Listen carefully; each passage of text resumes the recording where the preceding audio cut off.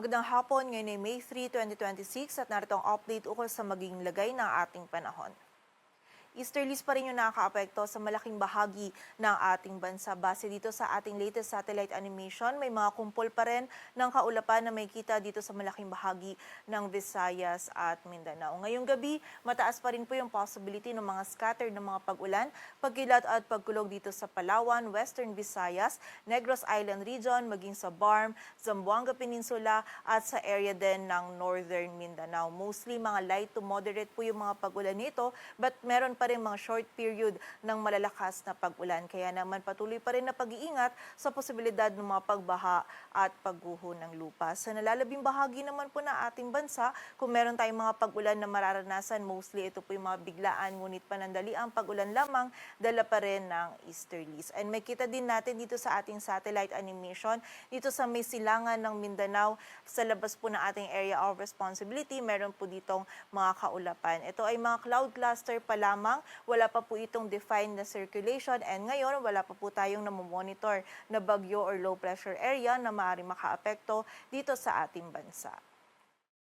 Para naman sa magiging lagay ng ating panahon bukas, araw ng Lunes, dito sa Metro Manila at sa malaking bahagi po ng Luzon, patuloy pa rin na magiging bahagyang maulap hanggang sa maulap yung ating kalangitan. Mainit at maalinsangan pa rin yung ating panahon, kaya hanggat maaari, limitahan pa rin po natin yung ating mga outdoor activities kung hindi naman maiiwasan dahil yung nature ng ating mga trabaho ay outdoor or sa labas. From time to time, magpahinga at sumilong po tayo. Iwasan natin yung continuous na activity sa direktang init ng araw. Also, ugaliin din po natin yung pag-inom ng tubig, and wag po natin kalimutan pa din yung mga pananggalang po natin sa direktang sikat ng araw. Pagsapit naman po ng hapon at gabi, possible pa din yung mga isolated o yung mga biglaan, ngunit mga panandaliang pag-ulan lamang, lalong-lalo na dito sa ilang areas ng Northern Luzon, dito po sa Cordillera Administrative Region, dala pa rin ito ng easterlies. Agwat ang temperatura dito sa Metro Manila ay mula 24 to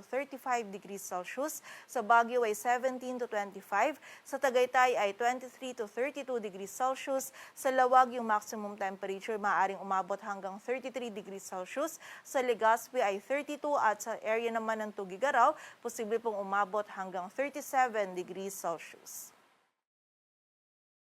Dito naman sa bahagi ng Palawan, maging sa area ng Western Visayas, Negros Island Region, Barm, Zamboanga Peninsula at Northern Mindanao, magiging mataas pa rin po bukas yung possibility ng mga scattered ng mga pag-ulan, pagkilat at pagkulog, dala pa rin po ito ng easterlies. Hindi naman po tuloy-tuloy yung mga pag-ulan nito, but any time of the day, possible po yung mga light to moderate na mga pag-ulan, and meron pa rin mga short duration or short period ng malalakas na pag-ulan. Kaya muli, pag-iingat pa rin po para sa ating mga kababayan sa posibilidad ng mga pagbaha at pagguho ng lupa. Samantala sa nalalabing bahagi naman ng Visayas at Mindanao, possible lamang po yung mga isolated na mga pag-ulan na dulot pa rin ng easterlies. Agwat ang temperatura sa Cebu ay mula 26 to 32 degrees Celsius, maging sa area din po ng Iloilo City. Dito naman sa Puerto Princesa, sa Kalayaan Islands, yung maximum temperature po natin maaaring umabot hanggang 31 degrees Celsius.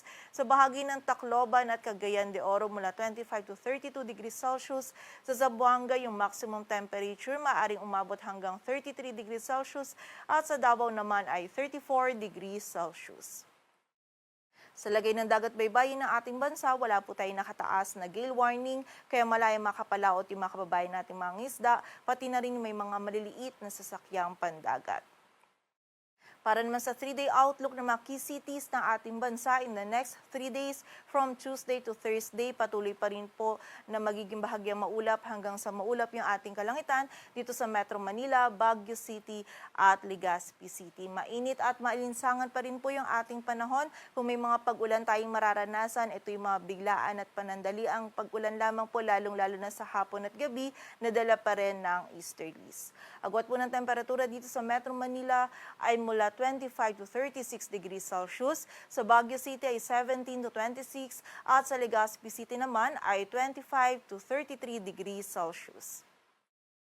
Dito naman sa area ng Metro Cebu at Iloilo City, mababawasan na po yung mga pag-ulan na mararanasan natin sa mga susunod na araw, but possible pa rin po yung mga isolated rain showers or thunderstorms. While sa area naman po ng Tacloban City, by Tuesday and Wednesday, less din po or mababa din yung chance ng mga pag-ulan natin. Ngunit sa pagsapit po ng Thursday ay meron na po tayong posible po yung mga scattered na mga pag-ulan, pagkilat at pagkulog, dala naman po ito ng ITCZ. Agwat po ng temperatura sa Metro Cebu ay mula 26 to 32 degrees Celsius, sa Iloilo City ay 25 to 33 at sa Tacloban City naman ay 25 to 33 degrees Celsius. Dito naman sa area ng Metro Davao, by Tuesday and Wednesday, kung meron tayong mga pag-ulan na mararanasan, mostly mga isolated rain showers or thunderstorms lamang po. Ngunit pagsapit ng Thursday, dulot din po ng ITCZ, magiging mataas po yung possibility ng mga pag-ulan sa area ng Metro Davao. While for the area naman ng Cagayan de Oro at Zamboanga City, bahagya maulap hanggang sa maulap din po yung ating kalangitan. Kung may mga pag-ulan po tayong mararanasan, ito yung mga biglaan ngunit panandali ang pag-ulan lamang po, lalong-lalo na sa hapon at gabi, dala naman po ng easterlies or ng ITCZ. Agwat po ng temperatura sa Metro Davao ay mula 24 to 35 degrees Celsius. Sa Cagayan de Oro City ay 25 to 32 at sa area naman ng Zamboanga City ay from 34 to 35 degrees Celsius. Dito sa Metro Manila, ang araw ay sisikat mamayang 6:13. Dito sa Metro Manila, yung araw po natin ay lulubog mamayang 6:13 p.m. at sisikat po bukas ng 5:32 a.m.